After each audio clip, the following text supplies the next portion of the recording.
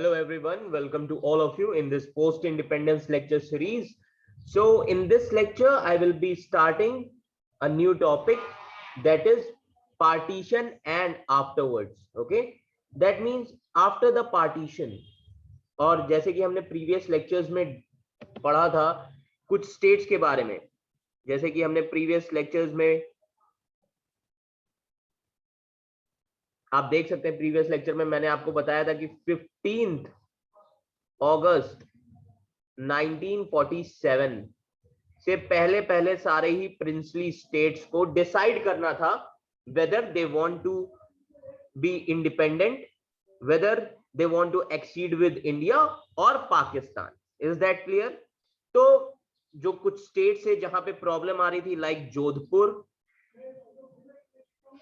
Okay, Bhopal, Travancore, तो इन states में प्रॉब्लम आ रही थी. बट एनी हाउ इन स्टेट्स ने इंडिया में एक्सीड कर लिया था, acceded to India, okay, before और ऑन 15th of August 1947. और इन सभी प्रिंसली स्टेट्स ने इंडिया में कैसे एक्सीड किया था? इन सभी ने एक ट्रीटी साइन की थी, एक पेपर साइन किया था जिसको कहा जाता है instrument of accession. Okay, instrument of accession. और ये जो इंस्ट्रूमेंट ऑफ एक्सेशन था, इस 2 पेज का ये खाली इंस्ट्रूमेंट था जो कि इंडियंस या आप कह सकते हैं ब्रिटिशर्स ने बनाया था उस टाइम पे, और वो सभी को फोटोकॉपी इशू कर दी गई थी कि आपकी 3 चीजें गवर्नमेंट ऑफ इंडिया के पास रहेंगी. वो क्या होगा? आपका foreign policy, defence and communication. Communication में सारी चीजें आ जाएंगी, ट्रांसपोर्ट, रेलवेज, एवरीथिंग. ओके, तो ये 3 चीजें गवर्नमेंट ऑफ इंडिया के पास रहेंगी. तो ये तो सिर्फ एक बहलाने का तरीका था, उसके बाद तो हम संभाल लेंगे, वही वाला हिसाब था यहाँ पे. तो सभी ने साइन किया, बट 3 स्टेट थे जिन्होंने कोई भी डिसीजन नहीं लिया था. और वो 3 स्टेट कौन से थे? पहला जूनागढ़, ओके, जम्मू कश्मीर, देन हैदराबाद. अब इन तीनों का मुद्दा फंस जाएगा, समझ में आ रहा है? और माउंट बेटन बार बार यही बोल रहे थे कि 15 अगस्त 1947 से पहले पहले डिसाइड कर लो वरना बाद में दिक्कत होगी. समझ में आ रहा है? ये याद रखिएगा. तो अब हम बात करेंगे सबसे पहले, और अब हम इन 3 स्टेट्स की बात करेंगे. ओके,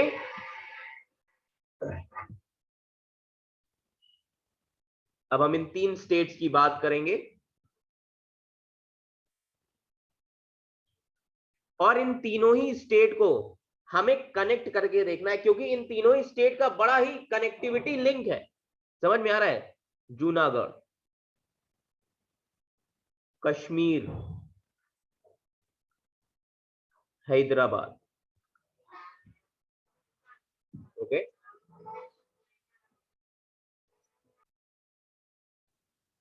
ओके, तो सबसे पहले हम बात करेंगे जूनागढ़ की. ओके, नाउ अब मैंने आपको बताया 15 अगस्त 1947 इंडिया को आजादी मिलने वाली थी, इंडिपेंडेंस मिलने वाली थी, और सभी प्रिंसली स्टेट्स को 15 अगस्त तक India as well as Pakistan या इंडिपेंडेंट रहना चाहते हैं, डिसीजन लेना था. ओके, बट 3 स्टेट में प्रॉब्लम आई, जूनागढ़, कश्मीर, हैदराबाद. सबसे पहले हम बात करेंगे जूनागढ़ की.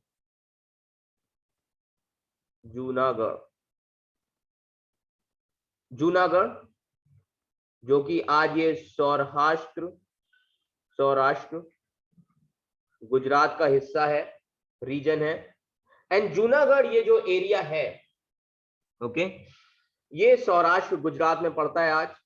और उस टाइम पे जूनागढ़ का जो रूलर था वो कौन था? महाबत खान.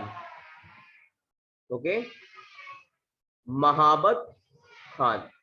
जूनागढ़ का रूलर कौन था? महाबत खान, मतलब मुस्लिम रूलर था. Are you getting my point? Muslim ruler था. और जूनागढ़ की पॉपुलेशन कौन सी थी? Majority Hindu, majority Hindu. समझ में आया?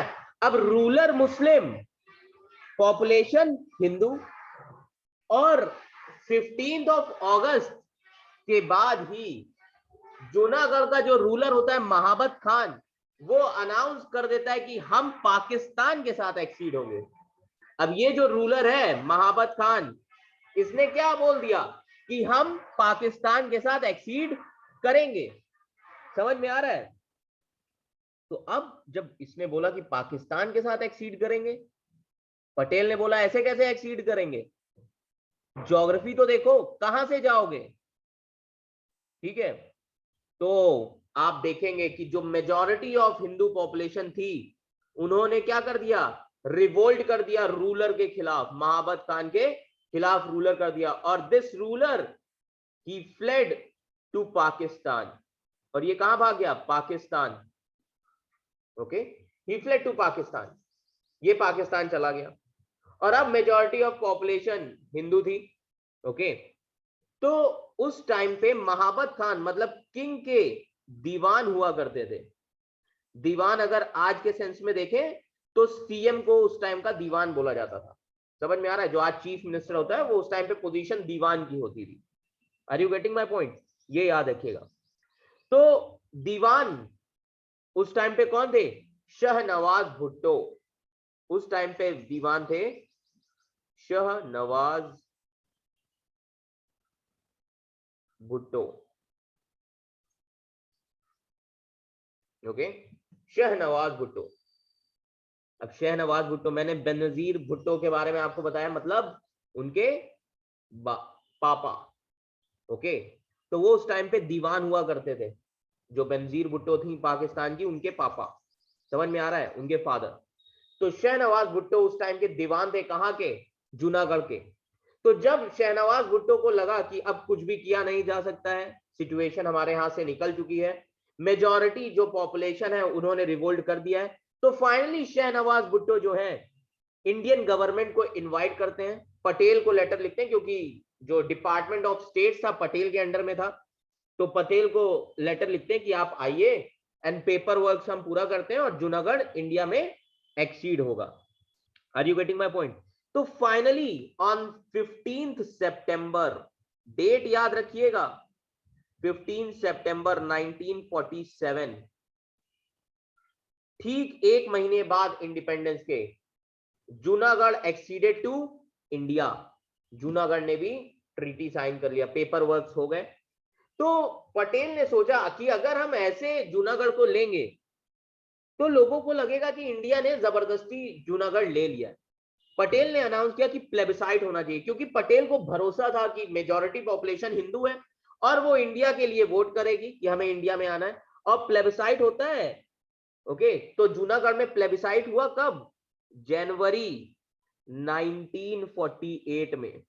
पटेल, अब जूनागढ़ एक्सीड कर चुका है 15 सितंबर को 1947 को इंडिया में, बट पटेल ने कहा हम ऐसे नहीं लेंगे जूनागढ़, हम क्या करेंगे, प्लेबिसाइट कराएंगे, ताकि लगना चाहिए कि इंडिया ने फोर्सफुली नहीं लिया है। प्लेबिसाइट हुआ और 99% ऑफ वोट्स किसके फेवर में आए, इंडिया के फेवर में। And finally Junagadh became part of Saurashtra region of Gujarat. Junagadh किसका पार्ट बना, सौराष्ट्र का। ये डेट याद रखिएगा, Junagadh became part of Saurashtra region. Saurashtra कहां पे है, गुजरात में। समझ में आया? तो अब ये याद रखिएगा 1956 तक, ओके, 1956 तक ये जो जूनागढ़ है, जूनागढ़ ये किसका पार्ट था, बॉम्बे प्रेसिडेंसी का, क्योंकि उस टाइम पे स्टेट्स का रीऑर्गेनाइजेशन हुआ नहीं था। तो 1956 तक बॉम्बे प्रेसिडेंसी का पार्ट था ये। ओके, देन उसके बाद स्टेट रीऑर्गेनाइजेशन शुरू होता है and finally in 1960 Junagadh became a part of Gujarat. Junagadh किसका पार्ट बना, गुजरात का, क्योंकि 1960 में गुजरात एक अलग स्टेट बनता है बॉम्बे से अलग होके। तो 1960 में गुजरात एक अलग स्टेट बना और जूनागढ़ उसका पार्ट बना। तो ये थी जूनागढ़ की कहानी, बट इस कहानी को आप अपने दिमाग में बैकग्राउंड में रखिएगा, समझ में आ रहा है।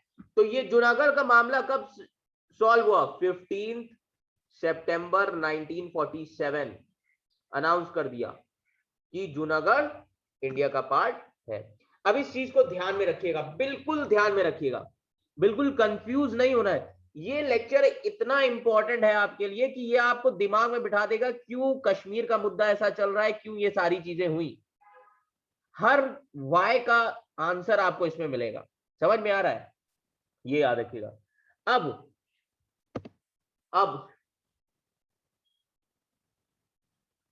15 सितंबर 1947, अब ये इशू तो सॉल्व हो गया। अब 15 सितंबर 1947 से जनवरी 1948 का जो टाइम पीरियड है, इस बीच में कौन सा इशू आता है? इस टाइम पीरियड के बीच में इशू आया कश्मीर का, कश्मीर इशू। इस टाइम पीरियड के बीच में कश्मीर का इशू आया। ओके, तो अब रेफरेंस के तौर पे आप जूनागढ़ को हमेशा याद रखिएगा कश्मीर के इशू में। रेफरेंस के तौर पर आपको जूनागढ़ का इशू याद रखना है, समझ में आ रहा है, ये याद रखिएगा। ओके, और यही टाइम है, इसी टाइम पे एक और इशू आ गया था हैदराबाद का, हैदराबाद। ओके, तो अब हम दोनों इशू डिस्कस करेंगे। ओके, तो पहले हम बात करेंगे हैदराबाद की, फिर हम आते हैं कश्मीर के इशू पे। ओके, हैदराबाद। अब हैदराबाद का जो नवाब था, ओके, अब वो देख रहा है कश्मीर का इशू आ गया है, जूनागढ़ में ये जो हो गया है, so the nawab of Hyderabad he was unable to decide what to do. और वो जूनागढ़ के रूलर से भी ज्यादा बेवकूफ था। ओके, हैदराबाद का जो रूलर था उसने बोला कि हमें पाकिस्तान में एक्सीड करना है। पाकिस्तान में कहां से एक्सीड करोगे, तुम हर तरफ से इंडियन टेरिटरी से घिरे हो। ओके, पाकिस्तान और तुम्हारी ज्योग्राफी कहीं से मिल नहीं रही है, और तुम बोल रहे हो कि हम पाकिस्तान में एक्सीड करेंगे। और उस टाइम पे जो हैदराबाद था बहुत बड़ी टेरिटरी था, parts of Maharashtra, okay, parts of Maharashtra, parts of Karnataka, parts of Telangana. Okay, ये सारे रीजन थे, बहुत बड़ी टेरिटरी था। ओके, तो अब हैदराबाद का रूलर बोल रहा है कि हम पाकिस्तान में मिलेंगे, और पाकिस्तान ने भी बोल रहा है कि ठीक है, हाँ आ जाओ हमारे साथ। अरे कहां से जाओगे तुम? तुम्हें जाना इंडिया से योग्य होगा, और बहुत मारे जाओगे। और आपको पता है कि जब टेरिटरियल एक्सपेंशन हो रहा था इंडिया में, टेरिटरियल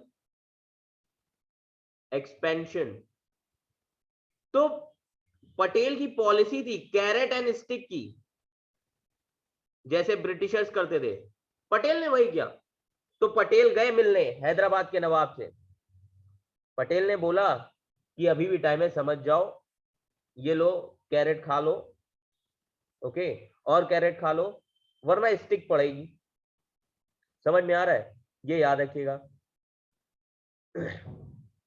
और तो अब जब इतनी कंफ्यूजन थी, तो नवाब जो था हैदराबाद का वो समझ नहीं पा रहा था, तो उसने कश्मीर को देखते हुए, हैदराबाद का जो नवाब था उसने देखा कि कश्मीर ने क्या किया। उस टाइम पे महाराजा हरि सिंह जो कश्मीर के थे, उन्होंने इंडिया के, वो भी डिसाइड नहीं कर रहे थे, उनका मन था कि इंडिपेंडेंट रहेंगे, ना ही पाकिस्तान के साथ जाना है ना ही इंडिया के साथ। तो उन्होंने इंडिया के साथ कहा कि हमें सोचने का और वक्त दे दीजिए, स्टैंड स्टिल अग्रीमेंट जिसको बोलते हैं। स्टैंड स्टिल का मतलब 1 साल का वक्त है, सोच लीजिए, ठीक है। तो वही चीज हैदराबाद ने भी किया। ओके, वही चीज हैदराबाद के रूलर ने भी कहा पटेल से कि हमें सोचने का और समय चाहिए। And finally in November 1947, November 1947 nawab of Hyderabad sign standstill agreement, standstill agreement sign किया। अब ये जो स्टैंड स्टिल अग्रीमेंट था, मतलब हमें कुछ समय दीजिए, हमें सोचना है कि हमें क्या करना है। समझ में आ रहा है? तो ये चीज था इसमें। और ये कब साइन हुआ? नवंबर 1947। इस टाइम पे कश्मीर इशू भी आ चुका है, हैदराबाद का भी आ चुका है। समझ में आ रहा है? और इस टाइम पे कश्मीर में इंडिया और पाकिस्तान का वॉर हो रहा है, और इसीलिए हैदराबाद ने कहा हमें सोचने का समय दे दीजिए। तो पटेल ने बोला ठीक है, तुम सोच लो, तुम्हारे पास 1 साल का टाइम है, तब तक हम कश्मीर का मुद्दा सॉल्व कर लेते हैं। पटेल ने यही बोला। अब जूनागढ़ और हैदराबाद के बीच में जम्मू एंड कश्मीर का इवेंट हुआ। तो अब जम्मू एंड कश्मीर को इस इवेंट के तौर पे समझिएगा, जो हैदराबाद में हुआ, जो जूनागढ़ में हुआ। जूनागढ़ तो इंडिया में आ गया, बट कैसे आया? प्लेबिसाइट कराया किसने? पटेल ने। समझ में आ रहा है? तो अब इस रेफरेंस में आप समझिएगा कश्मीर इशू को। तो अभी हैदराबाद इंडिया का पार्ट नहीं हुआ है 1947 में, अभी हैदराबाद ने सोचने का समय लिया है, स्टैंड स्टिल अग्रीमेंट साइन किया है। समझ में आ रहा है? अब हम बात करेंगे जम्मू कश्मीर की। ओके,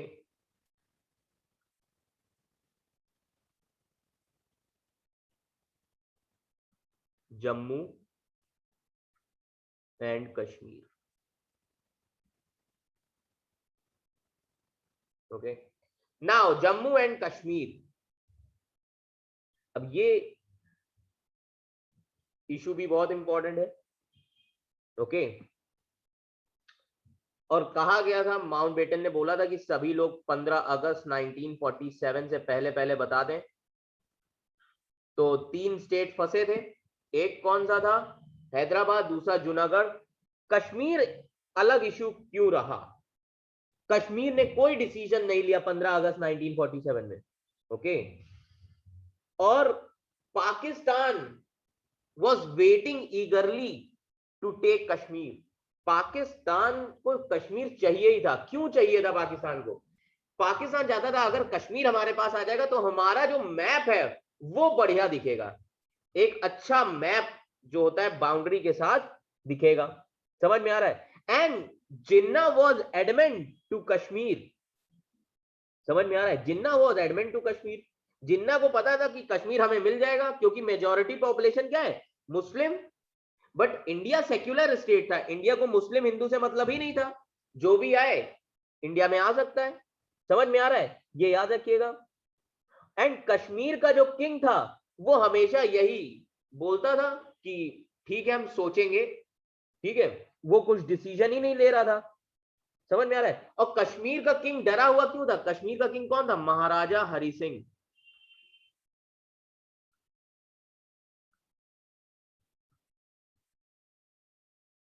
रूलर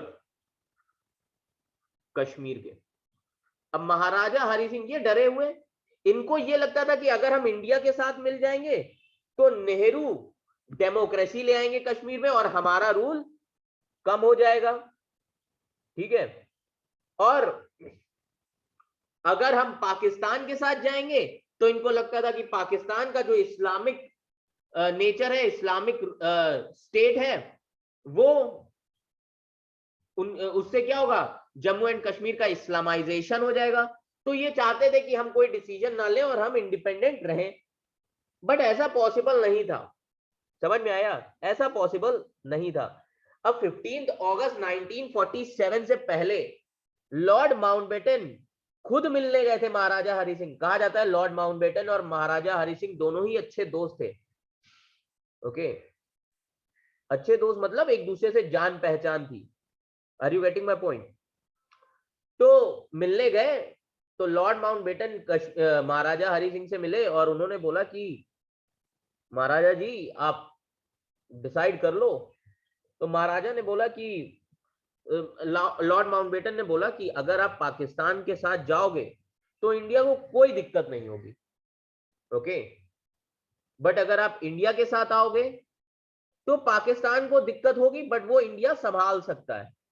ओके, तो महाराजा बोलते अगर मैं किसी के साथ ना जाऊं और एक ऑटोनॉमस इंडिपेंडेंट स्टेट बन के रहूं, तो लॉर्ड माउंटबेटन ने कहा कि आपका ख्याल अच्छा है बट ये सक्सेसफुल नहीं हो पाएगा, क्योंकि जो भी स्टेट दो कंट्रीज के बीच में रहा है वो कभी सक्सेसफुल स्टेट नहीं रहा। समझ में आ रहा है? तो वही लॉर्ड माउंटबेटन ने कहा कि आप सोच लीजिए, कल मैं दिल्ली जाने से पहले आपसे मिलूंगा। ये 15 अगस्त 1947 से पहले की बात है। और दूसरे दिन जब लॉर्ड माउंटबेटन से मिलने के लिए आए, महाराजा हरि सिंह से मिलने के लिए लॉर्ड माउंटबेटन आए, तो महाराजा हरि सिंह ने कह दिया कि मेरी तबीयत नहीं सही है और मैं नहीं मिलना चाहता हूं। तो जो महाराजा हरि सिंह की ये जो बात थी, जब कभी वो किसी से मिलना नहीं चाहते थे तो वो अपने एक ऑफिसर के थ्रू लेटर भिजवा देते थे कि मैं मिल नहीं पाऊंगा, मेरी तबीयत नहीं सही है। अब लॉर्ड माउंटबेटन को पता था कि कश्मीर का मुद्दा जो है ये आगे चल के फंसेगा ही फंसेगा, और वही हुआ। लॉर्ड माउंटबेटन का फीवर का जो बहाना था, ठीक है, वो सही में वायरल फीवर बन गया आफ्टर 15 अगस्त। समझ में आ रहा है? ये याद रखिएगा। और दूसरी चीज, लॉर्ड माउंटबेटन डर भी बहुत रहे थे। क्यों डर रहे थे? क्योंकि अगर इंडिया के साथ जाएंगे तो डेमोक्रेसी आ जाएगी। और एक चीज मैं बताना चाहता हूं, इसी टाइम पे एक इंसान था कश्मीर में, शेख अब्दुल्ला।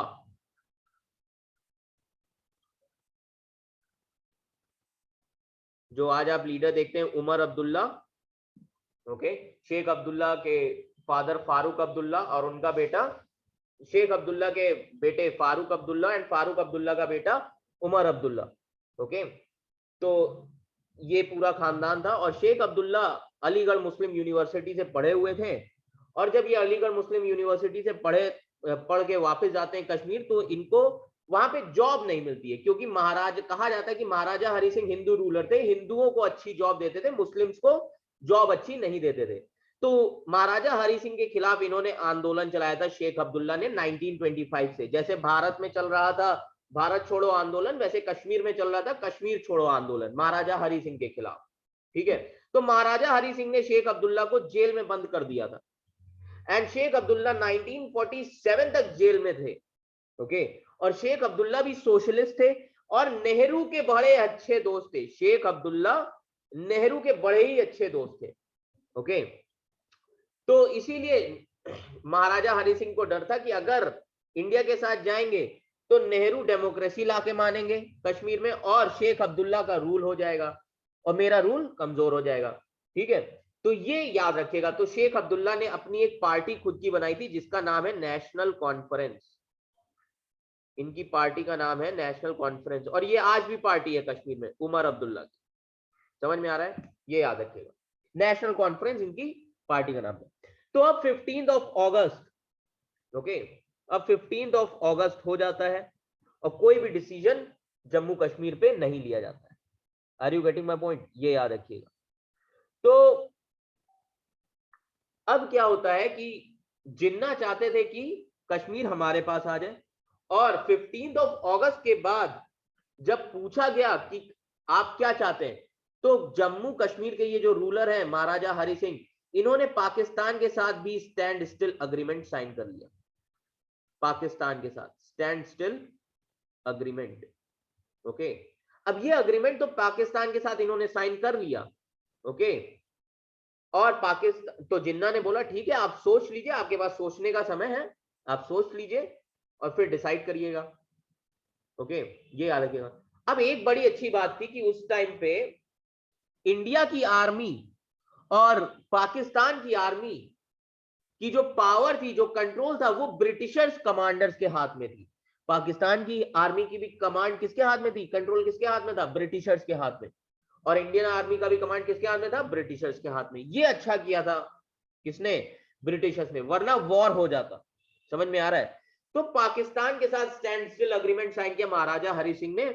बट पाकिस्तान ने उस समय के बाद, जिन्ना जो कि एडमेंट थे कश्मीर के लिए, तो जिन्ना ने सोचा कि हम ऐसे डायरेक्ट अटैक तो कर नहीं सकते हैं कश्मीर पे। अगर डायरेक्ट अटैक करेंगे, क्योंकि ब्रिटिशर कमांडर है और इंटरनेशनल कम्युनिटी में सही लगेगा नहीं कि क्योंकि यूनाइटेड नेशन बन गया था। यूनाइटेड नेशन जब बन गया था उसमें एक क्लॉज था कि अब कोई भी इंटरनेशनल वॉर नहीं लड़ा जाएगा, तो वॉर नहीं लड़ सकते थे। तो अब जिन्ना ने क्या किया? जिन्ना ने सबसे पहले जो चीज करी कश्मीर की एसेंशियल सप्लाईज रोक दी। ओके, कश्मीर की एसेंशियल सप्लाईज रोक दी। तो जब जिन्ना ने एसेंशियल सप्लाईज रोक दी कश्मीर की, तब महाराजा हरि सिंह ने लेटर लिखा जिन्ना को कि अगर आप हमें एसेंशियल सप्लाईज नहीं देंगे तो हमें जाना ही पड़ेगा किसी और नेशन के पास एसेंशियल सप्लाईज के लिए, मतलब इंडिया के पास जाना पड़ेगा, उनका कहने का मकसद था। तो जब जिन्ना ये सुनते हैं तब जिन्ना कहते हैं कि अब हमें एक्शन कुछ ना कुछ लेना पड़ेगा, बट हम वॉर कर नहीं सकते। तब ये सोचा जाता है कि अब पाकिस्तान को लगा कि अगर हमने हमला किया तो हमारी इमेज खराब हो जाएगी। ओके, और इमेज खराब हो जाएगी, और जिन्ना ने जूनागढ़ का केस देख लिया था कि जूनागढ़ की जो पॉपुलेशन थी वो इंडिया के फेवर में थी। तो जिन्ना को ये पता था कि कश्मीर की जो पॉपुलेशन है वो हमारे फेवर में है, वो हमारे फेवर में होगी, मुस्लिम पॉपुलेशन जो है वो हमारे फेवर में होगी। एंड जिन्ना को ये लगा that we should not intervene our military in Kashmir. Jinnah को लगा कि हमें हमारी मिलिट्री को इंटरवीन नहीं करना चाहिए। तो जिन्ना ने ये रिस्पॉन्सिबिलिटी दी पाकिस्तान के senior military leader Akbar Khan को। अकबर खान नाम याद रखिएगा। पाकिस्तान ने ये रिस्पॉन्सिबिलिटी दी किसको? अकबर खान को। ओके, और अकबर खान ने एक वजीरिस्तान में आजाद कश्मीर की फौज तैयार करी। वजीरिस्तान आज ये कहां पे है? पीओके रीजन में, वजीरिस्तान। ओके, पीओके रीजन जिसको आजाद कश्मीर बोलता है कौन? पाकिस्तान। तो वजीरिस्तान में अकबर खान ने एक ट्राइबल फौज, ट्राइबल आर्मी क्रिएट की, जिसको वजीरिस्तान आर्मी भी बोला जाता है। ओके, आजाद कश्मीर फौज भी बोला जाता है।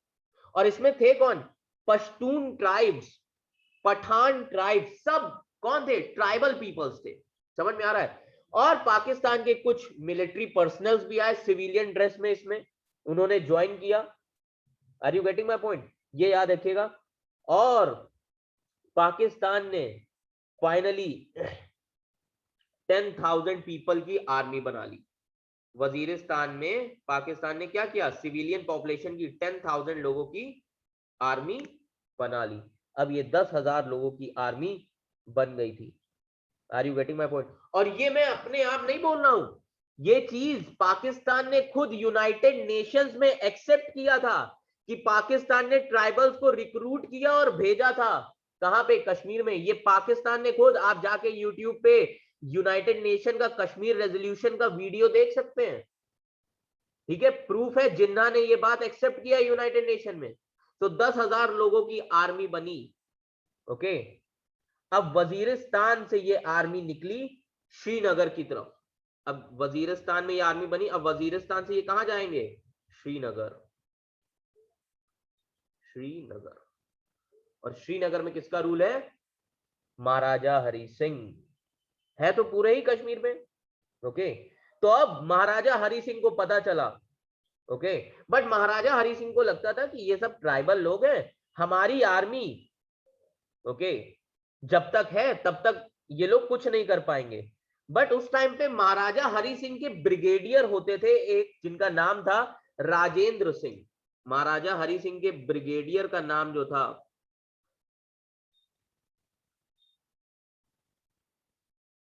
ब्रिगेडियर राजेंद्र सिंह। तो महाराजा हरि सिंह के ब्रिगेडियर जो थे वो थे राजेंद्र सिंह। ओके, और राजेंद्र सिंह इस वॉर में शहीद भी हो गए थे। तो राजेंद्र सिंह ने महाराजा हरि सिंह से कहा कि हुजूर ये याद रखिए कि हमारी आर्मी में 50 से 60, 50 to 60%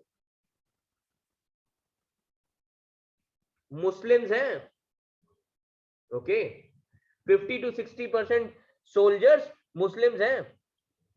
एंड अगर वजीरिस्तान की आर्मी ने बोल दिया कि हम इस्लामिक स्टेट बनाएंगे और इस्लामिक स्टेट से तुम्हारा जो पोजीशन है और इंक्रीज होगा, वो हमारी आर्मी को तुरंत छोड़ के हमारे खिलाफ हो जाएंगे। ये चीज बोला महाराजा हरि सिंह को राजेंद्र सिंह ने। तो तो महाराजा हरि सिंह ने कहा अरे नहीं, ऐसा कुछ नहीं होगा।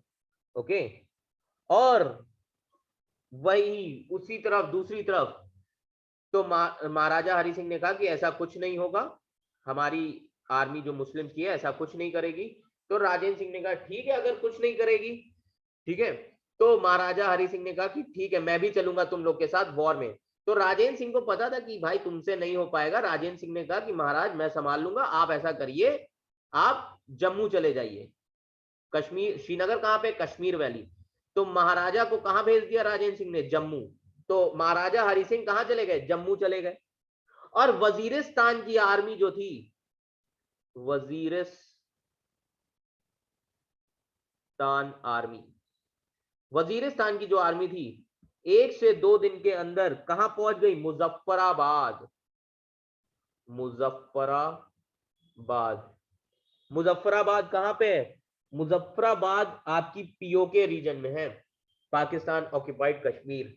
पाकिस्तान ऑक्यूपाइड कश्मीर का कैपिटल क्या है? मुजफ्फराबाद। पीओके रीजन का कैपिटल है मुजफ्फराबाद। तो 1-2 दिन में मुजफ्फराबाद वजीरिस्तान की आर्मी पहुंच गई। और मुजफ्फराबाद से श्रीनगर कितना है? 150 किलोमीटर ओनली। ओके, श्रीनगर कितना है? 150 किलोमीटर ओनली। तो अब श्रीनगर आर्मी आ रही थी और अब महाराजा हरि सिंह घबराना शुरू करते हैं। ओके, अब महाराजा हरि सिंह को डर लगना शुरू हुआ और महाराजा हरि सिंह चाहते थे कि हम इंडिपेंडेंट स्टेट बने रहें, हमें किसी के साथ नहीं जाना है। समझ में आ रहा है? ये याद रखिएगा। और मुजफ्फराबाद के बाद दूसरे दिन ही वजीरिस्तान की आर्मी कहां पहुंची? उरी। उरी जो अभी अटैक हुआ था 2016 में, उरी पहुंच जाती है वजीरिस्तान आर्मी। उरी। और उरी से श्रीनगर की दूरी कितनी है? उरी से श्रीनगर सिर्फ 100 किलोमीटर ओनली।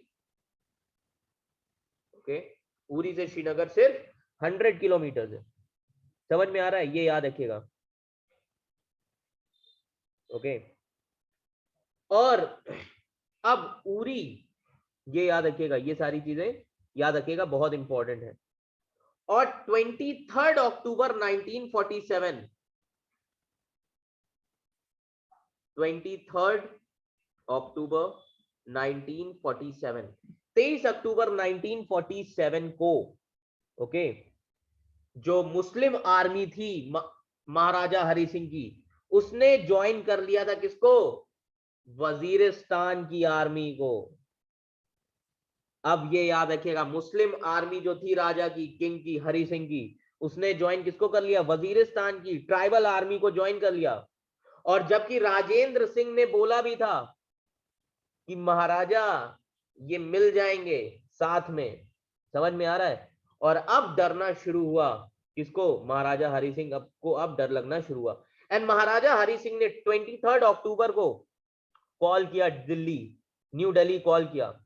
और ठीक है, महाराजा हरि सिंह ने कॉल किया दिल्ली में 23 अक्टूबर 1947 को। और उस टाइम पे महाराजा हरि सिंह ने कहा कि हमारे और ये वजीरिस्तान पाकिस्तान की आर्मी आ रही है हम पे अटैक करने, हमें प्लीज बचाइए। और ये सुनते ही वीपी मेनन जो कि सेक्रेटरी थे प्रिंसली स्टेट डिपार्टमेंट के, वीपी मेनन तुरंत कश्मीर के लिए निकलते हैं।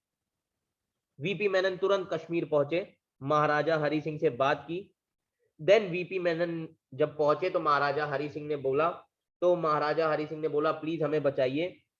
तो वीपी मेनन ने कहा ठीक है, मैं अभी दिल्ली जाके बात करूंगा इस बारे में। तो वीपी मेनन फिर उसी दिन शाम में दिल्ली आते हैं। और वहां पे दिल्ली जब आते हैं तो वहां पे नेहरू, सरदार वल्लभ भाई पटेल, वीपी मेनन और माउंटबेटन होते हैं। ये चारों लोग आपस में मीटिंग करते हैं और पटेल बोलते हैं कि हमें हमारी आर्मी भेज देनी चाहिए। बट, और नेहरू भी तैयार हो जाते हैं कि हमें आर्मी भेजनी चाहिए, बट लॉर्ड माउंटबेटन मना कर देते हैं। क्यों? लॉर्ड माउंटबेटन कहते हैं कि हम ऐसा नहीं कर सकते। क्योंकि हम ऐसा इसलिए नहीं कर सकते क्योंकि कश्मीर ने हमारे साथ एक्सीड नहीं किया है, कश्मीर अभी इंडिया का पार्ट नहीं बना है। डेट याद रखिएगा, बहुत इंपॉर्टेंट है, 23 अक्टूबर की बात है कि कश्मीर अभी इंडिया का पार्ट नहीं बना है। अगर इंडिया कश्मीर में मिलिट्री भेजेगा तो इंटरनेशनल कम्युनिटी में लगेगा कि इंडिपेंडेंस के बाद इंडिया ने इंटरनेशनल वॉर शुरू कर दिया है, और यूनाइटेड नेशन ऐसा बिल्कुल भी नहीं चाहता है। और लॉर्ड माउंटबेटन इसलिए मना कर रहे थे क्योंकि यूनाइटेड नेशन जब बना था उसके फाउंडिंग नेशन में ब्रिटेन भी था यूनाइटेड नेशन बनाने के लिए, तो लॉर्ड माउंटबेटन भी उसके मेंबर थे उस कंट्री के, तो इसलिए मना कर दिया।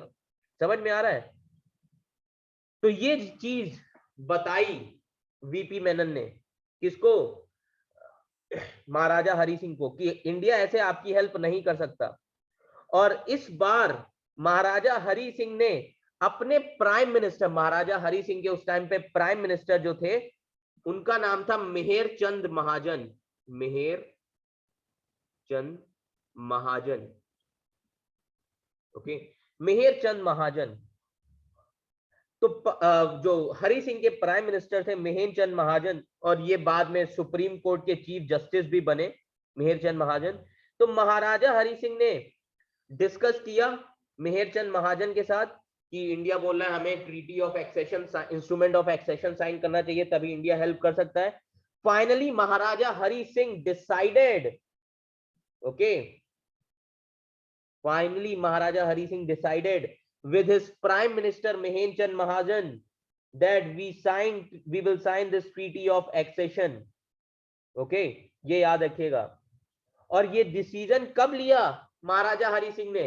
जब वजीरिस्तान की आर्मी उरी पहुंच गई, जब आर्मी उरी पहुंची, ओके, जब पाकिस्तान की आर्मी उरी पहुंची तब महाराजा हरि सिंह ने अपने पीएम के साथ ये डिसीजन लिया कि हम इंडिया के साथ इंस्ट्रूमेंट ऑफ एक्सेशन साइन करेंगे। समझ में लिया? समझ में आ रहा है? ये याद रखिएगा, ओके। और उस टाइम पे उरी से श्रीनगर आने के लिए सिर्फ एक ब्रिज होता था। उस टाइम पे उरी से आपको अगर श्रीनगर आना है तो एक ब्रिज होता था। और ये बात अच्छी किया राजेंद्र सिंह, जो कि ब्रिगेडियर थे, राजेंद्र सिंह ने उस ब्रिज को खत्म कर दिया था, उस ब्रिज को उड़ा दिया था। समझ में आ रहा है? और जब राजेंद्र सिंह ने उस ब्रिज को उड़ा दिया तो 2 दिन का टाइम मिल गया था कश्मीर को, 2 डेज का टाइम मिल गया था। समझ में आ रहा है? 2 दिन का टाइम मिल गया कि अब हम थोड़ा बातचीत कर लेते हैं। और इस 2 दिन के समय में वीपी मेनन बार बार दिल्ली आते हैं और कश्मीर जाते हैं, फाइनली डिस्कस करते हैं, और महाराजा हरि सिंह ने तैयार रेडी हो गए थे कि हम इंडिया के साथ एक्सीड करेंगे, हम इंस्ट्रूमेंट ऑफ एक्सेशन साइन करेंगे। किससे पूछ के? अपने पीएम के साथ, मेहर चंद महाजन से पूछ के ये डिसीजन लिया। समझ में आ रहा है? ये याद रखिएगा। और राजेंद्र सिंह ने जब इस ब्रिज को खत्म किया तो उरी में किसकी आर्मी फंस गई थी? वजीरिस्तान की आर्मी फंस गई थी, और इसी में, इसी ब्रिज को खत्म करने में ही राजेंद्र सिंह की मौत हो गई थी, शहीद हो गए थे। समझ में आ रहा है? ये याद रखिएगा। Are you getting my point? ये याद रखिएगा। अब 2 दिन के लिए वजीरिस्तान की आर्मी कहां फंस गई है? उरी में। तो 23 अक्टूबर के बाद 2 दिन मतलब 25 अक्टूबर 1947, 25 अक्टूबर 1947।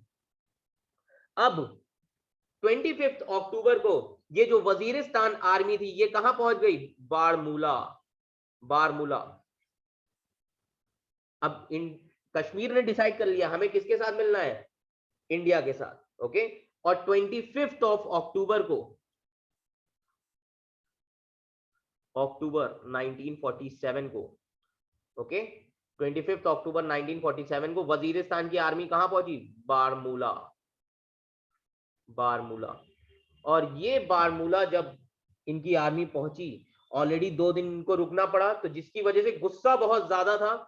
और बारमूला में इस आर्मी ने, वजीरिस्तान की जो पाकिस्तान की आर्मी थी, इन्होंने जो तहलका मचाया आज भी लोग याद करके रोते हैं, जिसको कहा जाता है बारमूला ट्रेजेडी।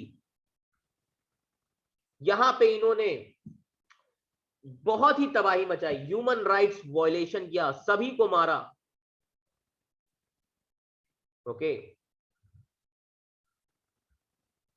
विमेन्स के साथ बहुत सारी गलत घटनाएं हुई, ये सारी चीजें तो आज भी बारमूला ट्रेजेडी काफी ज्यादा याद की जाती है, ओके।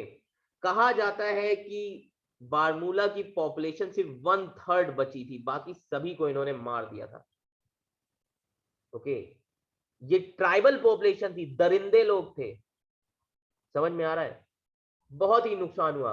और इस बारमूला ट्रेजेडी को देखते ही देखते महाराजा हरि सिंह बड़े ही उदास हो गए, उन्हें बड़ा खराब लग रहा था। समझ में आ रहा है? ये याद रखिएगा।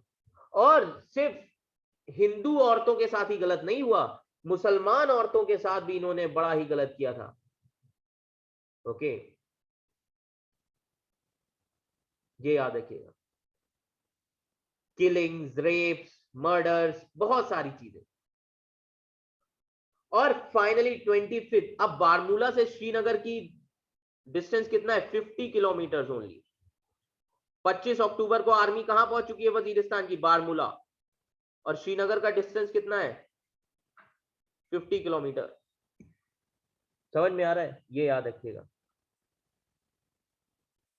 ओके, और 26 अक्टूबर को 1947, 26 अक्टूबर 1947 वजीरिस्तान की जो आर्मी थी, 26 अक्टूबर 1947 वजीरिस्तान की आर्मी ने श्रीनगर को घेर लिया था, सराउंड कर लिया था पूरा श्रीनगर को। समझ में आ रहा है? ये याद रखिएगा, वजीरिस्तान की आर्मी ने। ओके, बट अभी भी इंडिया, जम्मू कश्मीर इंडिया का पार्ट नहीं बना है, ये याद रखिएगा। 26 अक्टूबर 1947 अभी भी इंडिया जम्मू कश्मीर का part, sorry, Jammu Kashmir India का पार्ट नहीं बना।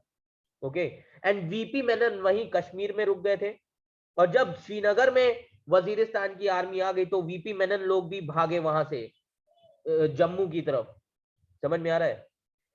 तो VP Menon instrument of accession लेके पहुंचे महाराजा हरि सिंह के पास 26 ऑफ अक्टूबर की इवनिंग में ही। 26 ऑफ अक्टूबर की इवनिंग में वीपी मेनन पहुंचे, ओके, इंस्ट्रूमेंट ऑफ एक्सेशन लेके। और finally 26 of October 1947 Maharaja Hari Singh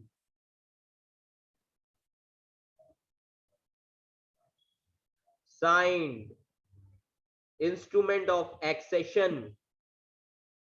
okay, Maharaja Hari Singh ने साइन कर लिया इंस्ट्रूमेंट ऑफ एक्सेशन, और वीपी मेनन तुरंत वहां से निकले दिल्ली के लिए, तुरंत दिल्ली के लिए पहुंचे। ओके, ये याद रखिएगा। तो अब जो लोग, अब 26 अक्टूबर को जम्मू कश्मीर ने साइन कर लिया है, समझ में आ रहा है? इंस्ट्रूमेंट ऑफ एक्सेशन की जम्मू कश्मीर इंडिया का पार्ट है। अब जो लोग कश्मीर को सपोर्ट करते हैं वो कहते हैं कि किंग ने कंडीशनल वे में बोला था। ओके, और ये बात सही भी, अगर आप इंस्ट्रूमेंट ऑफ एक्सेशन देखेंगे उसमें 2 पेजेस का ही इंस्ट्रूमेंट ऑफ एक्सेशन है, उसमें बस यही लिखा है कि इंडिया के साथ हम मिल रहे हैं, इंडिया को हम हमारी foreign power, foreign policy, communication and defence, ये पावर दे रहे, बाकी सभी चीजें कश्मीर की अपनी रहेंगी। ओके, कॉन्स्टिट्यूशन सब कुछ कश्मीर का अपना रहेगा, बस ये कंडीशन पे था, और यही सभी के साथ था। समझ में आ रहा है? तो ये याद रखिएगा। अभी मैं आपको दिखाऊंगा इंस्ट्रूमेंट ऑफ एक्सेशन कैसा है, ओरिजिनल मैं दिखाऊंगा, जो माउंटबेटन ने ग्रीन पेन से साइन किया, गवर्नमेंट का है, ठीक है। एंड फाइनली माउंटबेटन ने इंस्ट्रूमेंट ऑफ एक्सेशन, तो फाइनली वीपी मेनन पहुंचते हैं दिल्ली और बोलते हैं कि माउंटबेटन को कि महाराजा हरि सिंह ने इंस्ट्रूमेंट ऑफ एक्सेशन साइन कर दिया है, आप भी साइन कर दो ताकि इंडिया वहां पे मिलिट्री एक्शन ले सके। ओके, एंड उस दिन हरि सिंह बड़े डरे हुए थे। 26 अक्टूबर की नाइट में उन्होंने अपने एक ऑफिसर को बोल दिया था, एडीसी को, कि सुनो, अगर मॉर्निंग में ये न्यूज ना आए कि इंडियन आर्मी पहुंच चुकी है जम्मू कश्मीर तो मुझे गोली मार देना, क्योंकि मैं ये सारी चीजें नहीं देख सकता, क्योंकि ऑलरेडी वजीरिस्तान की आर्मी पहुंच चुकी थी श्रीनगर रात में। समझ में आ रहा है? ये याद रखिएगा। एंड फाइनली वीपी मेनन पहुंचते हैं इंस्ट्रूमेंट ऑफ एक्सेशन लेके 26 अक्टूबर की नाइट में ही दिल्ली। एंड फाइनली 27 अक्टूबर 1947 रात में 12 बजे के बाद, after 12 o'clock at night, okay, रात में 12 बजे के बाद ही माउंटबेटन साइन कर देते हैं, ओके, माउंटबेटन साइन कर देते हैं कि ठीक है, लो मैं साइन कर रहा हूं। एंड फाइनली 27 अक्टूबर 1947 को Kashmir acceded to India, Jammu and Kashmir किसके पास चला गया? इंडिया के पास। ये सारी कंडीशंस थी, तब जाके साइन किया था महाराजा हरि सिंह ने। Are you getting my point? और अब इंडिया को अपनी आर्मी भेजनी थी, और तुरंत मॉर्निंग में ही, अर्ली मॉर्निंग, इंडिया ने Delhi, sorry, Indian army Delhi के पालम एयरपोर्ट से अपने एयरफोर्स के थ्रू पहुंचती है श्रीनगर एयरपोर्ट, और वजीरिस्तान की आर्मी को खाली कराया जाता है। वजीरिस्तान की आर्मी को बिल्कुल फोर्सफुली खाली करा देती है इंडियन आर्मी, और वॉर शुरू हो जाता है किसके बीच में? इंडिया और वजीरिस्तान की आर्मी के बीच में। फाइनली श्रीनगर के लोगों को बचा लिया जाता है। समझ में आ रहा है? बट अब बात यह थी कि राजा तो सो गया है, राजा को समझ में आ नहीं रहा है क्या करें। अब नेहरू प्रेशर बनाते हैं महाराजा हरि सिंह पे कि शेख अब्दुल्ला को बाहर लाओ। शेख अब्दुल्ला किसके दोस्त थे? नेहरू के। और शेख अब्दुल्ला को क्यों लाना चाहते थे नेहरू? पहली बात कि शेख अब्दुल्ला को, मुस्लिम थे, शेख अब्दुल्ला मुस्लिम लीग के खिलाफ थे, वो बिल्कुल भी पाकिस्तान के साथ जाना नहीं चाहते थे, वो इंडिया के साथ एक्सीड करना चाहते थे। ये याद रखिएगा, शेख अब्दुल्ला, समझ में आ रहा है? शेख अब्दुल्ला इंडिया के साथ एक्सीड करना चाहते थे। और शेख अब्दुल्ला बड़े ही सेक्युलर लीडर थे, क्योंकि सोशलिस्ट थे। समझ में आ रहा है? नेहरू के बड़े ही अच्छे दोस्त थे। और शेख अब्दुल्ला के साथ कश्मीर की मुस्लिम पॉपुलेशन थी। समझ में आ रहा है? शेख अब्दुल्ला के साथ कश्मीर की मुस्लिम पॉपुलेशन थी।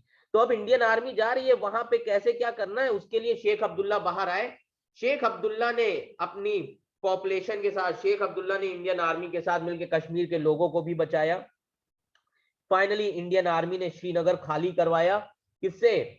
वजीरिस्तान की आर्मी से, 27 अक्टूबर को, ओके। और जिन्ना ने ऑर्डर दिया, आर्मी को बोला, अब जिन्ना वहां पे परेशान कि इंडियन आर्मी कैसे पहुंच गई। और जिन्ना को जब पता चला कि इंस्ट्रूमेंट ऑफ एक्सेशन साइन कर लिया महाराजा हरि सिंह ने, जिन्ना परेशान। जिन्ना ने आर्मी को बोला कि वॉर करो।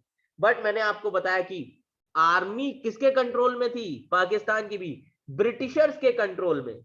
और फाइनली जो पाकिस्तान की आर्मी की कंट्रोल जिनके हाथ में था, उन्होंने मना किया कि हम वॉर नहीं कर सकते, क्योंकि वहां के रूलर ने खुद साइन किया है इंस्ट्रूमेंट ऑफ एक्सेशन, और हमारे ऊपर कमांड नहीं है कि हम आर्मी को यूज करें, क्योंकि इंडिया की भी आर्मी ब्रिटिशर्स के हाथ में और पाकिस्तान की भी आर्मी ब्रिटिशर्स के हाथ में। तो अगर इंडिया और पाकिस्तान वॉर करेगा, मारा कौन जाएगा? हमारे आदमी मरेंगे, ब्रिटिशर्स।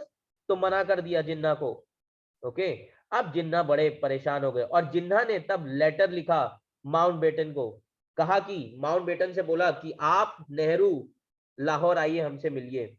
तो माउंटबेटन ने बोला, तो वहीं पे सरदार वल्लभ भाई पटेल भी होते हैं। सरदार वल्लभ भाई पटेल कहते हैं कि हम क्यों जाएं लाहौर, वॉर उन्होंने किया और वो हमें बुला रहे हैं। कहा कि, तो नेहरू ने कहा अरे इससे कुछ नहीं होता। अब नेहरू से 14 साल बड़े थे वल्लभ भाई पटेल। तो वल्लभ भाई पटेल ने बोला ऐसा है नेहरू, तुम ये सारी चीजें मत हमें सिखाओ। और फाइनली सिर्फ माउंटबेटन जाते हैं जिन्ना से बात करने के लिए, ओके। और जब माउंटबेटन जाते हैं जिन्ना से बात करने के लिए, तो माउंटबेटन ने कहा कि जिन्ना ने बोला कि वहां पे प्लेबिसाइड कराया जाना चाहिए। अब जिन्ना ने प्लेबिसाइड क्यों बोला? जिन्ना को लग रहा था कि मुस्लिम पॉपुलेशन है तो पाकिस्तान के साथ आएगी। समझ में आ रहा है क्यों? अब ये इस कॉन्टेक्स्ट में जूनागढ़ को समझिएगा। जैसे पटेल ने क्या बोला था कि जूनागढ़ में प्लेबिसाइड होनी चाहिए, हिंदू पॉपुलेशन है, वैसे ही जिन्ना ने बोला कि कश्मीर में प्लेबिसाइड होना चाहिए। बट नेहरू को लग रहा था कि शेख अब्दुल्ला बहुत ही फेमस लीडर है, और शेख अब्दुल्ला को काफी सपोर्ट करती है पॉपुलेशन। और एक जो टर्निंग पॉइंट आया, वो आया 1 नवंबर 1947 को। ये टर्निंग पॉइंट आ गया 1 नवंबर 1947, ये टर्निंग पॉइंट था।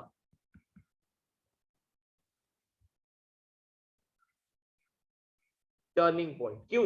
1 नवंबर 1947 को माउंटबेटन कहां गए थे? जिन्ना से मिलने लाहौर, ओके। तो जिन्ना बोलते कि हम इंस्ट्रूमेंट ऑफ एक्सेशन को एक्सेप्ट नहीं करते। तो माउंटबेटन ने बोला तुम्हारे एक्सेप्ट करने से क्या होता है, तुम्हारे एक्सेप्ट ना करने से क्या होता है।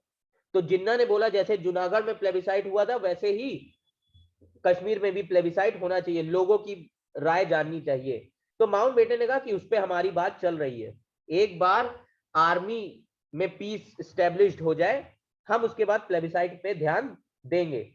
बट 2 नवंबर, अब डेट बड़ी इंपॉर्टेंट है, 2 नवंबर 1947, इस दिन नेहरू ने एक स्पीच दे दी, Nehru speech. Okay, Nehru speech. और नेहरू ने स्पीच में क्या बोल दिया, नेहरू ने पब्लिकली बोला और बिना किसी से पूछ के ये स्पीच दे दी नेहरू ने स्पीच दिया। और ये स्पीच बहुत बड़ा टर्निंग पॉइंट है 2 नवंबर को। नेहरू ने बोला कि एक बार पीस हो जाए और हम कश्मीर में प्लेबिसाइट कराएंगे। समझ में आ रहा है, ये याद रखिएगा, नेहरू ने ये चीज बोला बिना किसी से पूछे।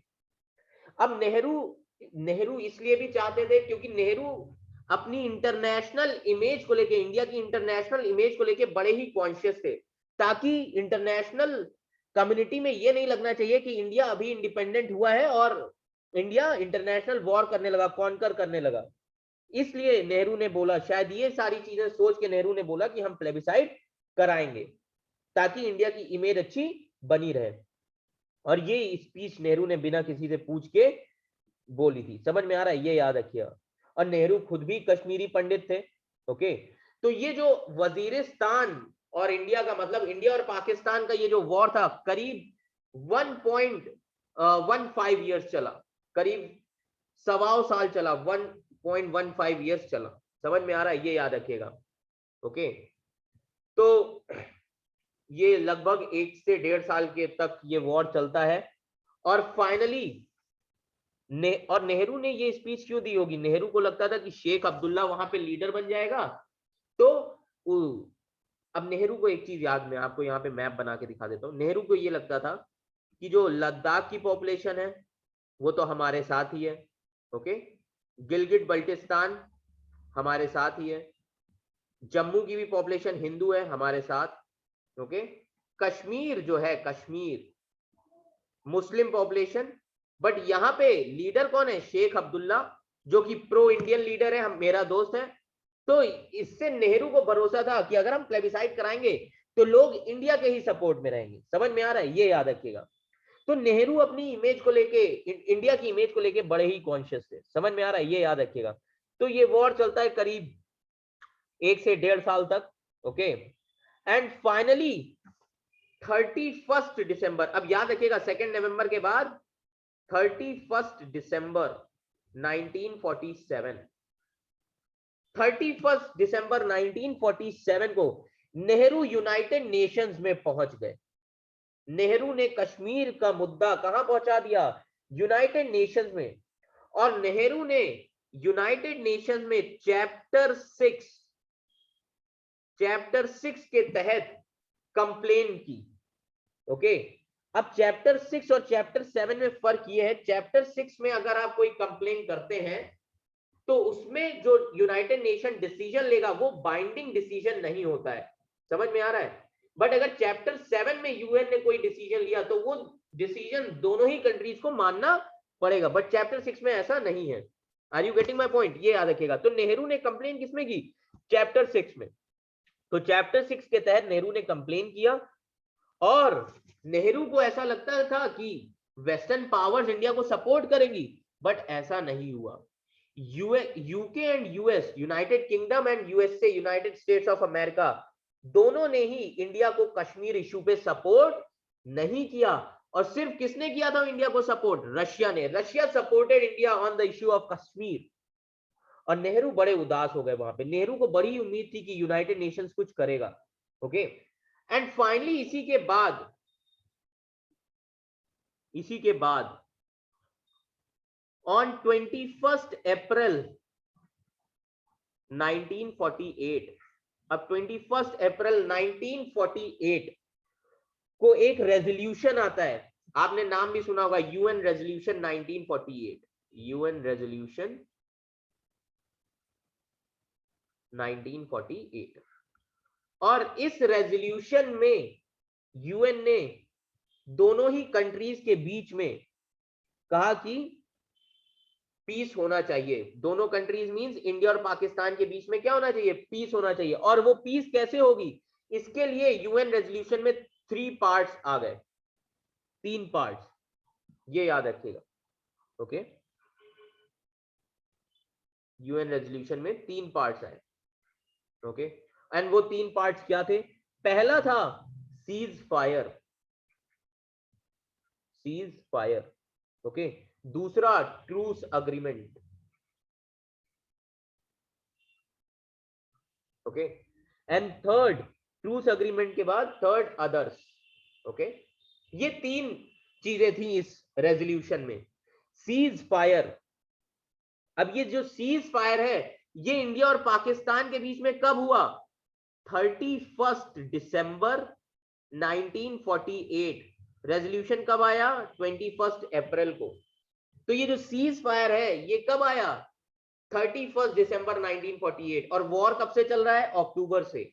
तो मैंने आपको बताया करीब 1.25 साल वॉर चला है, 1.15 ईयर्स।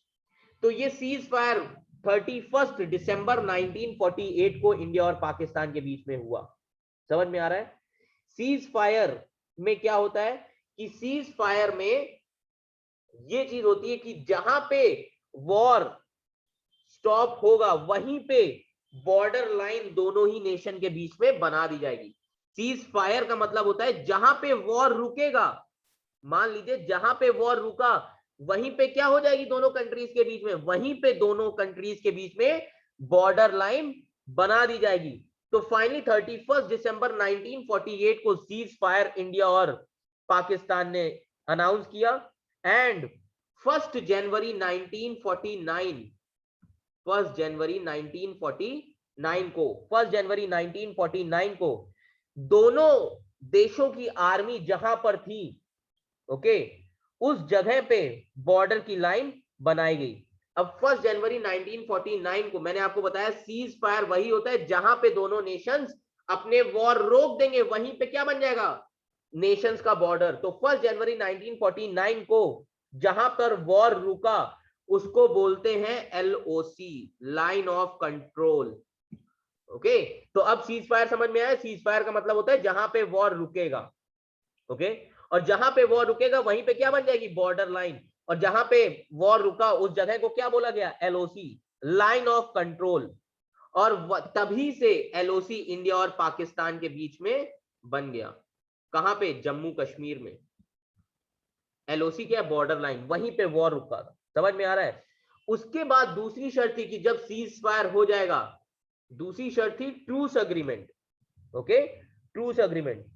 और ये जो ट्रूस अग्रीमेंट था ये इंडिया के सपोर्ट में था यूनाइटेड नेशंस में, क्योंकि यूनाइटेड नेशंस में जिन्ना ने बोला था, जिन्ना एक्सेप्टेड कि कश्मीर से पाकिस्तान की आर्मी वापस आएगी। और जिन्ना ने ये भी एक्सेप्ट किया था कि हमने ही ट्राइबल्स को भेजा था कहां पे, कश्मीर में। तो इस ट्रूस अग्रीमेंट में ये था कि जो पाकिस्तान की आर्मी है पहले ये जो पाकिस्तान की आर्मी है और जो ट्राइबल पीपल्स हैं जो कश्मीर में जाके रहने लगे उनको वापस बुलाया जाए। और ये चीज बड़ी ही मुश्किल थी। ओके, ये चीज बड़ी ही मुश्किल थी। और जिन्ना ने एक्सेप्ट भी किया था कि कश्मीर से पाकिस्तान की आर्मी वापस आएगी। बट पाकिस्तान की आर्मी को भी वापस आना होगा और पाकिस्तान के लोगों को भी वापस आना होगा। समझ में आ रहा है। तो जब पाकिस्तान की आर्मी और पाकिस्तान के लोग, ट्राइबल पीपल्स, ये सब वापस आ जाएंगे तब इंडियन आर्मी अपनी पीछे हटेगी। ऐसे इंडियन आर्मी कभी भी पीछे नहीं हटेगी। समझ में आ रहा है, ये याद रखिएगा। और तीसरी कंडीशन में था कि जब ये दोनों ही कंडीशन हो जाएंगी फुलफिल, सीज फायर और ट्रूस अग्रीमेंट, तब जम्मू कश्मीर में क्या होगा, प्लेबिसाइट होगा। तब होगा प्लेबिसाइट जब ये दोनों कंडीशंस फुलफिल हो जाएंगी। और जम्मू कश्मीर में, ताकि कश्मीर के लोगों की विचार पता चलने चाहिए। और नेहरू को पता था कि जम्मू लद्दाख इंडिया के सपोर्ट में ही है, कश्मीर में शेख अब्दुल्ला लीडर है जो इंडिया के सपोर्ट में था। तो नेहरू को पता था कि कश्मीर भी इंडिया के सपोर्ट में रहेगा प्लेबिसाइट में। समझ में आ रहा है, ये याद रखिएगा। Are you getting my point. तो अब ये याद रखिएगा, अब सीज फायर 1948 में हो गया। ओके, 31 दिसंबर 1948 में सीज फायर हो गया। एंड कहां पे हुआ? लाइन ऑफ कंट्रोल, हमारी बॉर्डर लाइन बनी, और 35% जो था, 35% कश्मीर का एरिया किसके पास चला गया? पाकिस्तान के पास, जिसको हम बोलते हैं पीओके रीजन, 35%। एंड 2/3 एरिया किसके पास? इंडिया के पास। समझ में आ रहा है? 2/3 एरिया इंडिया के पास, तो 1/3 किसके पास पहुंच गया? पाकिस्तान के पास, 2/3 इंडिया के पास। समझ में आ रहा है? और सीज फायर तो साइन हो गया था, बट ये ट्रूस अग्रीमेंट कभी भी नहीं हुआ। पाकिस्तान ने अपनी आर्मी और पाकिस्तान के लोगों को कश्मीर से बुलाया ही नहीं। ओके, तो जब ये सेकेंड अग्रीमेंट पूरा नहीं हुआ तो इंडिया ने कभी भी जम्मू कश्मीर में प्लेबिसाइट होने ही नहीं दिया। कहा जाता है कि अगर नेहरू यूनाइटेड नेशंस नहीं जाते, तो कहा जाता है कि अगर 4-5 दिन और दे देते नेहरू, तो पूरा निपटा के आते, पूरा ही पाकिस्तान की आर्मी को निकाल देते। बट नेहरू ने एक गलती कर दी कि यूनाइटेड नेशंस चले गए थे, और वो इसलिए भी नेहरू अपनी इंटरनेशनल इमेज को, इंडिया की इंटरनेशनल इमेज को लेके बड़े ही कॉन्शियस थे। तो ये था कश्मीर का इशू। समझ में आ रहा है? ये था कश्मीर का इशू। ओके, ये याद रखिएगा। तो मैंने आपको बताया ये सारी चीजें थी। ओके, अब अगर नेहरू बोल देते कि आर्मी को कि ऐसा है तुम निपटा के ही वापस आओ, तो निपट जाते पाकिस्तान के लोग, कोई ऐसी बड़ी बात नहीं है। तो ये पूरा था कश्मीर का issue. Are you getting my point? कि कश्मीर पीओके रीजन एलओसी कैसे बना, ठीक है, और आज आप जो देखते हैं स्पेशल स्टेटस कैसे बना, ठीक है, तो ये सारे रीजंस थे। और उसी टाइम पे सितंबर 1948 में हैदराबाद में कुछ ऐसा हुआ जिससे कि नेहरू प्रेशर में आ गए होंगे। ओके, अभी मैं बताऊंगा हैदराबाद में। अब 1948 में हैदराबाद का इशू है, ये था कश्मीर का। ओके, अब हैदराबाद 19 सितंबर 1948 हैदराबाद। अब ये जो यहां का रूलर था, ये देख रहा था कि क्या चल रहा है कश्मीर में। Are you getting my point? ये याद रखिए, हैदराबाद। अब मैंने आपको बताया कि हैदराबाद के रूलर ने नवंबर 1947 में क्या साइन किया था? Standstill agreement. Stand still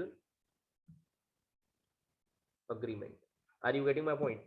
तो हैदराबाद के रूलर ने साइन किया था स्टैंड स्टिल अग्रीमेंट नवंबर 1947 में। Are you getting my point?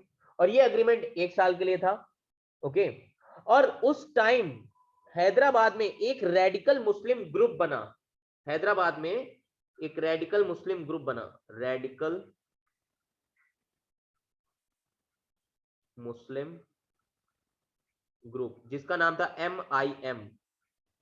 MIM, MIM क्या है? मजलिसे इत्तिहाद उल मुस्लिम ईद। ओके, मजलिसे इत्तिहाद उल मुस्लिम ईद, ये ग्रुप का नाम था। और कहा जाता है इस ग्रुप को कौन प्रमोट करता था? Nawab. Nawab, this group promoted by whom? Nawab of Hyderabad. और इसमें सब रेडिकल्स थे। ओके, रेडिकल्स, ये याद रखिएगा, रेडिकल पीपल्स थे। रेडिकल्स अलग होता है, टेररिस्ट अलग होता है। रेडिकल्स वो जो सिर्फ बातों से रेडिकल बोलते हैं, बट टेररिस्ट बोलते हैं जो मारते हैं। समझ में आ रहा है? तो रेडिकल ग्रुप था ये नवाब का। समझ में आ रहा है? ये याद रखिएगा। तो ये जो MIM ग्रुप था, इनका स्टैंड क्या था? कि हम पाकिस्तान, हमें पाकिस्तान का हिस्सा बनना चाहिए। ओके, ये याद रखिएगा, या तो हम पाकिस्तान का हिस्सा बनेंगे या हम इंडिपेंडेंट रहेंगे। बट ज्योग्राफी ऐसी थी नहीं कि आप पाकिस्तान का हिस्सा बने और आप इंडिपेंडेंट, आपको इंडिया रहने नहीं देगा। और उस टाइम पे एक और ग्रुप बन जाता है जिसका नाम होता है रजाकार। अब एक ग्रुप और बनेगा, रजाकार। अब ये रजाकार कौन होते हैं? ये वॉलेंटियर्स होते हैं, ये याद रखिएगा। रेडिकल मुस्लिम ग्रुप के वॉलेंटियर्स होते हैं, यूथ होते हैं इसमें, यूथ मुस्लिम्स। और ये मारना शुरू करते हैं। जैसे मैंने अभी आपको बताया कश्मीर में बारमूला ट्रेजेडी हुई थी, किस तरीके से मारा गया था लोगों को, वैसे ही रजाकार ने हैदराबाद में शुरू कर दिया था। Okay, are you getting my point? ये याद रखिएगा। तो जो स्टैंड स्टिल अग्रीमेंट साइन हुआ था, इन्होंने जो परेशान किया था लोगों को, बहुत मारा, हिंदुओं को बहुत मारा गया था, रजाकार ने बहुत मारा। ओके, अब पटेल और नेहरू को इस चीज की न्यूज मिल रही थी, तो नेहरू को लगा कि जैसे कश्मीर का इशू जो है यूएन में ले जाके फंस गए हैं, कहीं वैसे ही हैदराबाद का इशू ना फंस जाए। ओके, तो नेहरू को लगा कि कश्मीर का इशू तो यूएन चला गया, जो कि फंस गया, अब हैदराबाद कोई कश्मीर का इशू नहीं लेके जाएंगे। बट पटेल को लग रहा था कि इस इशू को सॉल्व किया जाना चाहिए। एंड पटेल ने बिना नेहरू से पूछे, क्योंकि नेहरू अपनी इंटरनेशनल इमेज को लेके बड़े कॉन्शियस थे, तो Patel, okay, he without asking Nehru on 13 सितंबर 1948, बिना नेहरू से पूछे पटेल ने 13 सितंबर 1948 में इंडियन आर्मी भेज दी हैदराबाद में। ओके, और इंडियन आर्मी के जो कमांडर हेड थे, नाम था उनका चौधरी। तो पटेल ने बोला, चौधरी साहब ऐसा है, इनको 3-4 दिन में निपटा दो। और 5 दिन लगे हैदराबाद को निपटाने में, 13 से 18 सितंबर 1948। ओके, 18 सितंबर 1948 हैदराबाद की आर्मी के जो चीफ थे, ओके, उन्होंने सरेंडर कर दिया। तो जो हैदराबाद की आर्मी के जो चीफ थे, उन्होंने 18 सितंबर 1948 को सरेंडर कर दिया, और फाइनली हैदराबाद किसका पार्ट हो गया? इंडिया का। तो फाइनली ऑन 18 सितंबर 1948 हैदराबाद किसका पार्ट बन जाएगा? इंडिया का पार्ट बन गया। समझ में आ रहा है? ये याद रखिएगा। और आज भी ये पार्टी जिंदा है। आज इस पार्टी का लीडर कौन है? ओवैसी। ओवैसी, समझ में आ रहा है? ओवैसी, ओवैसी की पार्टी है। ओके, तो 18 सितंबर 1948 को चौधरी साहब ने सब निपटा दिया और हैदराबाद की आर्मी ने सरेंडर कर दिया। और इस ऑपरेशन का नाम क्या दिया गया? इस ऑपरेशन को बोला गया ऑपरेशन पोलो। याद रखिएगा, Operation Polo. Are you getting my point? और 18 सितंबर 1948 को फाइनली हैदराबाद किसका पार्ट बन गया? इंडिया का। और वहीं से हैदराबाद का जो नवाब था, वो तुरंत यूनाइटेड नेशन सिक्योरिटी काउंसिल चला गया भाग के, और यूनाइटेड नेशन सिक्योरिटी काउंसिल में जाके उसने बोला कि इंडिया ने हमारे ऊपर वॉर कर दिया है। अब नेहरू प्राइम मिनिस्टर थे, और बिना पूछे, नेहरू से बिना पूछे पटेल ने आर्मी भेज दी। अब नेहरू को बड़ा ही दुख हुआ। नेहरू अपनी इंटरनेशनल इमेज को लेके बड़े ही कॉन्शियस थे। ओके, बट पटेल ने बोला कि हम बाद में देख लेंगे जो भी होगा। तो जब यूनाइटेड नेशन ने पूछा इंडिया से कि आर्मी क्यों भेजा, तो सरदार वल्लभ भाई पटेल ने आंसर में बोला कि हमने आर्मी नहीं, बस थोड़ी सी पुलिस भेजी थी ताकि पीस को स्टैब्लिश किया जाना चाहिए। तो यूनाइटेड नेशन ने कहा अच्छा पीस के लिए तो कोई बात नहीं। एंड इसी तरीके से हैदराबाद भी किसका पार्ट हो गया? इंडिया का पार्ट हो गया। समझ में आ रहा है? ये याद रखिएगा।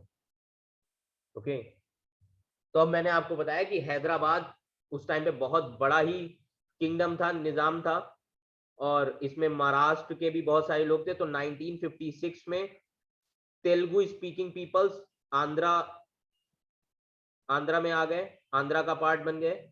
मराठी लोग महाराष्ट्र का पार्ट बन गए, और कन्नड़ लोग कर्नाटका का पार्ट बन गए 1956 में। Are you getting my point? ये याद रखिएगा। तो हैदराबाद का भी इशू आपको समझ में आ गया। तो ये सारी चीजें आपको एक दूसरे के कॉन्टेक्स्ट में ही समझनी है, सब कनेक्टेड है एक दूसरे से। समझ में आ रहा है? ये याद रखिएगा।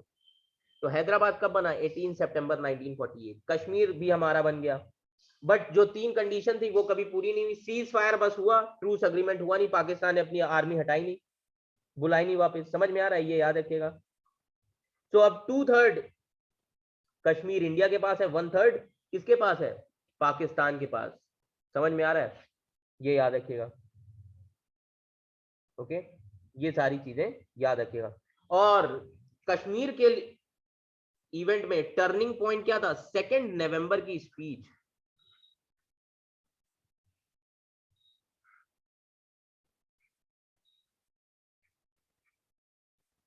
ओके, जो नेहरू ने स्पीच दी थी प्लेबिसाइट की।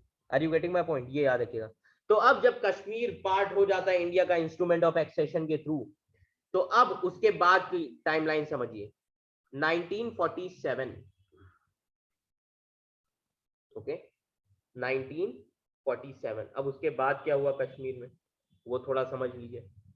ओके, तो इतना आप लोगों को समझ में आया कि कॉन्स्टिट्यूशन में स्पेशल स्टेटस क्यों दिया गया, ये अभी मैं आपको समझा दूंगा। ओके, इसके लिए आप चिंता नहीं करिए, बाकी चीजें आपको समझ में आ जानी चाहिए। आपको मैं पहले दिखा देता हूं इंस्ट्रूमेंट ऑफ एक्सेशन कश्मीर का। आप देख सकते हैं ये इंस्ट्रूमेंट ऑफ एक्सेशन है कश्मीर का, गवर्नमेंट डॉक्यूमेंट है, ये मैंने आप ही के लिए खासकर मंगवाया। ओके, ताकि आप देखें, इसे 2 पेजेस का ही है। ओके, सिर्फ 2 पेजेस का है, ग्रीन पेन से लॉर्ड माउंटबेटन ने साइन किए थे, आप देख सकते हैं। और यही सेम चीजें, यही 8 पॉइंट हैं जो इन 8 पॉइंट्स को अलग अलग तरीके से इंटरप्रेट करते हैं। ओके, ये 8 पॉइंट ही हैं बस। और आप देख सकते हैं डेट भी लिखी हुई है 26 day of October. Okay, 1947 original document है ये। ओके, अमित शाह ने स्वयं आपके लिए भेजा है कि आप देख लीजिए भाई, क्योंकि आप फ्यूचर के ब्यूरोक्रेट्स हैं। ओके, तो ये याद रखिएगा। तो ये थी कहानी, हैदराबाद, जूनागढ़ एंड कश्मीर सब आपस में कनेक्टेड है। एंड आई होप आपको बड़े ही अच्छे से ये समझ में आ जाएगी, मैंने बिल्कुल इजी लैंग्वेज में आपको समझा दिया, तो आपको पूरा दिमाग में ये बैठ जाएगा। डेट्स ध्यान में रखिएगा, और इसके बाद का जो कश्मीर का स्टेटस है वो मैं अभी आपको नेक्स्ट लेक्चर में बताऊंगा। Are you getting my point? So thank you class, thank you so much.